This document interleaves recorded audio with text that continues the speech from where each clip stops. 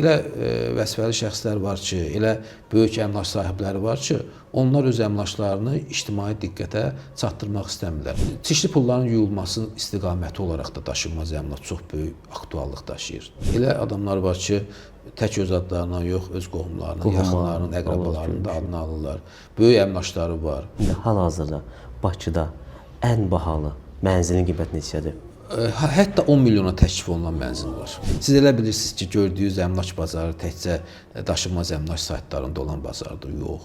Daşınmaz əmlak bazarında bu bazarın təqribən 70-75% var. Bir 25% də qara bazardır. Burada mən söhbət düşmüşkən deyirsiniz ki, sosial layihələrdə bu güzəştli ipoteka 4%, adi ipoteka 8%. Təklif eləmiş ki, bu 100 mini qaldırsın 150 minə, 150 mini 200 minə də.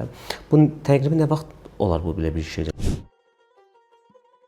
Həmin baş plan həyata keçirdikdən sonra strateji baxımdan həmin şəhərlər gələcəkdə Bakı qədər aktual olacaq. Hətta hadisələr daşınmaz əmlak bazarına təsir göstərir. Məsələn, Rusiya ilə Ukrayna arasında müharibə başladı, avtomatik evlər də bağlaşdı. Vüqar müəllim, Bakının mərkəzində bir otaqlı evin qiymətinə hansı Avropa ölkəsində 2 otaqlı mənzil almaq olar?